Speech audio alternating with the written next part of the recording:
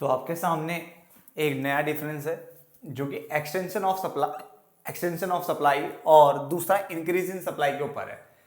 Extension को हिंदी में विस्तार कहते हैं, क्या कहते हैं, विस्तार, और इंक्रीज को बेटा वृद्धि बोलते हैं। ठीक है, तो स्टार्ट करते हैं। छोटा सा डिफरेंस है। कितने पॉइंट है हमारे पास? 3 और 2 5 पॉइंट है मेरे पास।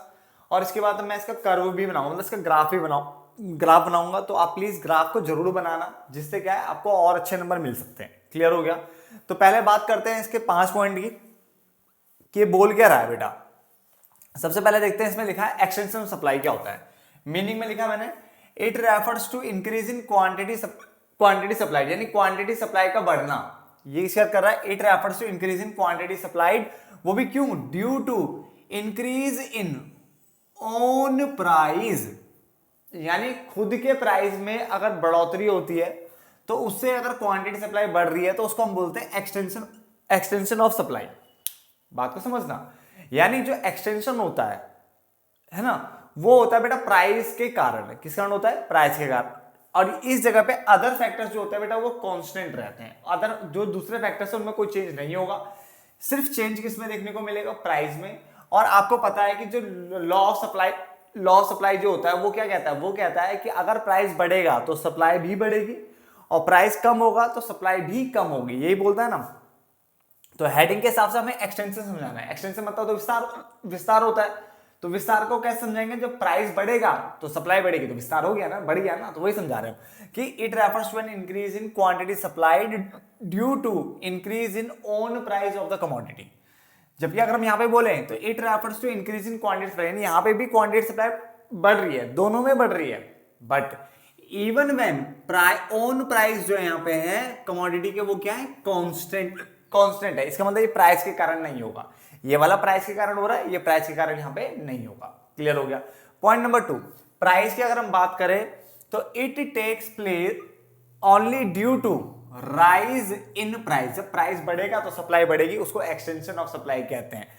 The price of the commodity यहाँ पे रिमेन्स द सेम। प्राइस आपका क्या रहेगा बेटा? सेम रहेगा। प्राइस में चेंज देखने को नहीं मिलेगा। क्लियर हो गया? पॉइंट नंबर 3, अदर फैक्टर्स की बात करें तो यहाँ पे जो अदर फैक्टर्स होते हैं वो कांस्टेंट होते हैं। इसका क्योंकि इस वाले केस में प्राइस में चेंज आ रहा है, प्राइस बढ़ रहा है, तो प्राइस बढ़ रहा है तो अदर फैक्टर्स क्या रहेंगे यहाँ पे? कांस्टेंट, यानी उनमें चेंज नहीं देखना। यहाँ पे प्राइस कांस्टेंट है, इसका मतलब अदर फैक्टर में चेंज आएगा। इसने बोला increase in supply takes place due to favourable, यानी आपके अकॉर्डिंग, जो आपके लिए अच्छा हो, तो favourable change in other factors, यानी अदर फैक्टर्स में फेवरेबल चेंज आया जिसके कारण आपकी सप्लाई बढ़ गई, तो उसको हमने इंक्रीज इन सप्लाई बोला। अब बहुत बच्चे बोलते हैं फेवरेबल चेंज मतलब क्या हो गया?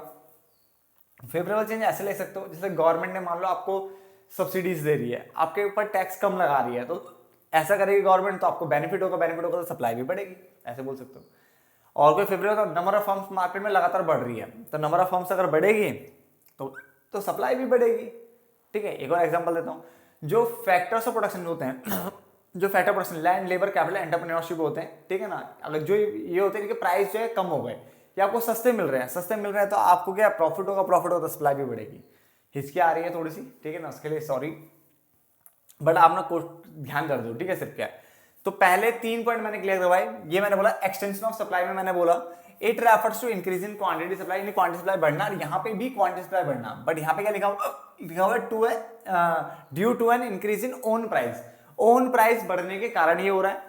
यहाँ पे क्या, ओन प्राइस जो है वो कांस्टेंट है, उसमें चेंज नहीं होगा। पहला पॉइंट क्लियर। पॉइंट नंबर 2, यहाँ पे क्या लिखा है? Due to rise in price of a commodity, but यहाँ पे लिखा है प्राइस जो है कांस्टेंट रहेगा। यहाँ पे जो अदर फैक्टर्स है वो कांस्टेंट रहेंगे, बट यहाँ पे अदर फैक्टर कांस्टेंट नहीं रहेंगे, उनमें फेवरेबल चेंज आ गया, ऐसा चेंज जिससे आपकी सप्लाई बढ़ेगी, इसलिए फेवरेबल लिखा है। क्लियर? इंपैक्ट की अगर हम बात करें तो extension of supply leads to, इससे क्या देखने को मिलता है बेटा? अपवर्ड मूवमेंट देखने को मिलता है। जो मैं अंडरलाइन कर रहा हूं चीजें, ये आप भी करिए। अभी मैं डायग्राम बनाऊंगा तब आपको समझ में आएगा ये हो क्या रहा था, अपवर्ड क्यों आया। तो अगर एक्सटेंशन ऑफ सप्लाई है तो आपको अपवर्ड मूवमेंट देखने को मिलती है, ठीक है ना, along with the supply curve from left to right, और ये आपको लेफ्ट टू राइट की तरफ दिखेगा, अपवर्ड दिखेगा, लेफ्ट टू राइट, ठीक है ना, ऊपर की तरफ मूवमेंट दिखेगी। बट यहाँ पे अगर हम इंक्रीज इन सप्लाई की अगर हम बात करें तो इसमें क्या होगा बेटा? आपका फॉरवर्ड शिफ्ट होता है, यानी लेफ्ट टू राइट की तरफ ही आता है, बट ये शिफ्ट होगा यहाँ पे। तो यहाँ पे शिफ्ट है, यहाँ पे मूवमेंट है। समझ आ गया? यहाँ पे 2 सप्लाई कर्व बनेंगे, यहाँ पे 1 सप्लाई कर्व बनेगा खाली। देखते हैं कर्व में। अजम्पशन की अगर हम बात करें तो बेटा ये इन्हीं पॉइंट्स को मिला करके बनाया गया है पॉइंट, ठीक है ना। अजम्पशन की बात करें तो extension of supply is studied, यानी जब हम एक्सटेंशन ऑफ सप्लाई की बात करते हैं इसको एक्सपेंशन ऑफ सप्लाई भी कहते हैं। एक चीज याद रखना, इसको एक्सपेंशन भी बोलते हैं। एक्सटेंशन बोलो या एक्सपेंशन बोलो, सब एक ही चीज रहेगी, ठीक है। तो extension of supply is studied on the assumption that other जो डिटर्मिनेंट्स है, डिटर्मिनेंट्स मतलब होता है अदर फैक्टर्स जो है वो क्या होंगे बेटा, रिमेन कांस्टेंट। तो हमने पहले ही पढ़ लिया था कि एक्सटेंशन या expansion of supply is studied on the assumption that जो other determinants of supply other than own price of the commodity, यानी ओन प्राइस को छोड़ करके जो बाकी जितने भी डिटर्मिनेंट्स बचेंगे वो सारे क्या होंगे, रिमेन कांस्टेंट होंगे, वो सारे कांस्टेंट होंगे। क्योंकि प्राइस को क्यों छोड़ा, क्योंकि प्राइस में तो चेंज आएगा ना, वो तो बढ़ेगा ना, इसलिए लिखा है। Increase in supply is studied on the assumption that कि जो ओन प्राइस होता है, यानी खुद का प्राइस, ओन प्राइस जो है वो क्या रहेगा, रिमेन कांस्टेंट। क्या रहेगा, रिमेन कांस्टेंट। तो यहाँ पे प्राइस कांस्टेंट रहता है। तो मोटा मोटी आपको समझ में आ गया। मैं डायग्राम बनाने जा रहा हूँ, एक बार फटाफट से समझिए क्या बोला मैंने बोला ये वाला जो पोर्शन है ये, इसमें प्राइस बढ़ेगा तो सप्लाई बढ़ेगी, तो एक्सटेंशन। प्राइस में कोई चेंज नहीं होगा, अदर फैक्टर्स के कारण अगर सप्लाई बढ़ती है, अदर फैक्टर्स के कारण, तो वो आपका इंक्रीज इन सप्लाई है। इसमें आपको अपवर्ड मूवमेंट देखने को मिलता है ऊपर की तरफ, इसमें जो है फॉरवर्ड शिफ्ट देखने को मिलता है लेफ्ट टू राइट, ठीक है। क्या है, फॉरवर्ड शिफ्ट देखने को मिलता है। ये लेफ्ट हैंड है, राइट हैंड है, ठीक है। अब मैं इसको मिटा रहा हूं और फिर देखिए कैसे बनता है।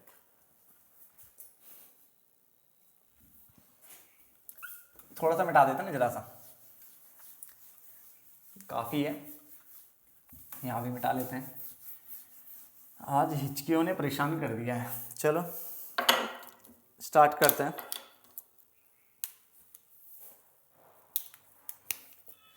सपोज करो, देखो छोटा ही बनाऊंगा, ज्यादा बड़ा नहीं बना रहा हूं, समझने लायक। आप स्केल का यूज करना बेटा, है ना। Sorry, y x 0 y x 0 और x, क्लियर। यहां आ जाएगा कीमत यानी P, मात्रा, ओ सॉरी आप तो इंग्लिश मीडियम कह रहे हो, एक मिनट है।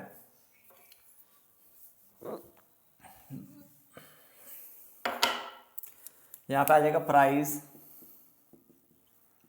यानी P, क्वांटिटी यानी Q। ऐसे यहां पे भी प्राइस P, क्वांटिटी यानी Q, क्लियर।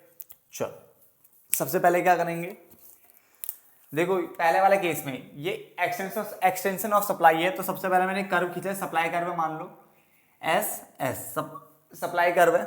मैंने प्राइस लिया और जब इतनी प्राइस थी तो क्वांटिटी सप्लाई ये था, क्लियर। अब मैं प्राइस बढ़ा देता हूं क्योंकि राइजिंग प्राइस के कारण हो रहा है, तो प्राइस बढ़ाया मैंने। प्राइस बढ़ाने के कारण क्या हुआ, क्वांटिटी भी बढ़ गई, यानी प्राइस P से P1 हो गया, बढ़ाया मैंने प्राइस को, तो क्वांटिटी भी Q से Q1 हो गया। भाई सप्लाई तो बढ़नी थी, है ना। और अगर आप ध्यान से देखोगे ना इसको, तो बेटा ये इस पॉइंट से अब ये इस पॉइंट पे आ गया, इसका मतलब ये ऊपर की ओर, देखो ना, लेफ्ट से राइट की ओर ही जा रहा है, बट ये अपवर्ड मूवमेंट है बेटा। अपवर्ड क्यों, क्योंकि ऊपर की ओर जा रहा है। तो आप ना लेफ्ट राइट ना भी लिखो चलेगा, अपवर्ड मूवमेंट लिखोगे, या लिखोगे अपवर्ड मूवमेंट, क्लियर है। बट अगर हम इसकी बात करें, इस वाले को बनाने की कोशिश करते हैं। पहले वही सप्लाई कर्व बनाया हमने, ये सप्लाई कर्व है, प्राइस लिया, ये क्वांटिटी लिया, यहां तक तो सेम ही है लगभग, कोई दिक्कत नहीं। उसके बाद क्या करना है, प्राइस में चेंज नहीं आएगा इस बार, बस आपकी सप्लाई बढ़ेगी। तो सप्लाई देखो, क्वांटिटी को ध्यान से देखो, ये 0 है, या सपोज करो 1 2 3 4 5, यानी इस तरफ बढ़ती है ना संख्या, तो इसका मतलब क्वांटिटी इसी तरफ बढ़ेगी। तो मैं सप्लाई को बाहर की तरफ ही बढ़ा रहा हूं, देखो ये मान लो S1 है, ये नई सप्लाई होगी, ठीक है ना। और मैंने इसको इस तरह से, फिर प्राइस को तो देखो बढ़ाना है नहीं, प्राइस को ऊपर नीचे नहीं कर सकते यार, प्राइस बिल्कुल सीधा रहेगा। ये आ गया आपका Q1। तो क्या देखने को मिला यहाँ पे कि क्वांटिटी Q से Q1 हो गई, मगर प्राइस में चेंज नहीं होगा, ठीक है ना। और ये इस पॉइंट से यहाँ पे आ गया। तो अगर आप देखोगे तो ये लेफ्ट हैंड है बेटा, ये राइट हैंड है, तो लेफ्ट टू राइट हो गया, ठीक है। तो यहाँ पे शिफ्ट हो रहा है बेटा, क्या हो रहा है, फॉरवर्ड शिफ्ट कहते हैं आगे की तरफ, ठीक है ना, लेफ्ट टू राइट। और ये मूवमेंट है ऊपर की तरफ, अपवर्ड मूवमेंट है कि मूवमेंट हमेशा एक ही कर्व में होता है, और जब एक से ज्यादा बन जाते हैं वहां पे शिफ्ट देखने को मिलता है, ठीक है ना, इस तरह से हम बनाते हैं जो। तो दोस्तों आपको ये समझ में आ गया होगा डिफरेंस। मिलते हैं फिर एक नए डिफरेंस में, जो कि होगा यहाँ पे कॉन्ट्रैक्शन ऑफ सप्लाई करने वालों में और यहाँ पे डिक्रीज इन सप्लाई करने वालों में। क्लियर? तो काफी इंपोर्टेंट डिफरेंस होते हैं, पेपर में कई बार आता है, तो मैंने बना लिया है, ठीक है। आप फटाफट से इसे नोट डाउन कर लो और समझ लीजिए बेटा से।